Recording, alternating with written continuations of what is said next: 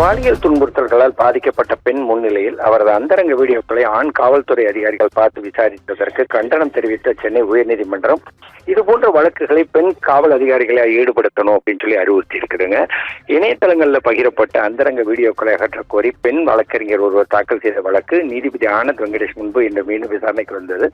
அப்போ மத்திய அரசு தரப்புல உயர்நீதிமன்ற உத்தரவின்படி வீடியோ இடம்பெற்றிருந்த அனைத்து இணையதளங்களையும் முடக்குவதற்கான நடவடிக்கைகளை எடுக்கப்பட்டுள்ளதாக கூறி அறிக்கை தாக்கல் செய்யப்பட்டது. ஆனால் 39 இணையதளங்களில் இந்த வீடியோக்கள் மீண்டும் பரவி வருவதாகவும் அதை தடுக்க வேண்டும் எனவும் மனுதாரர் தரப்பில் வலியுறுத்தப்பட்டது.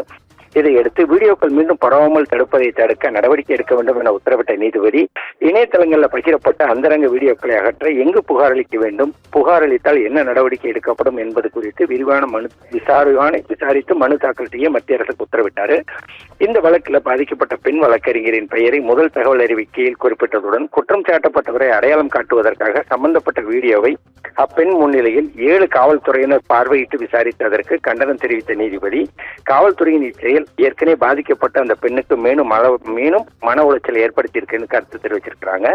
இது போன்ற வழக்குகள்ல விசாரணைக்கு பெண் காவல் அதிகாரிகளை ஈடுபடுத்த வேண்டும்னு அறிவுறுத்தி இருக்கிறாங்க.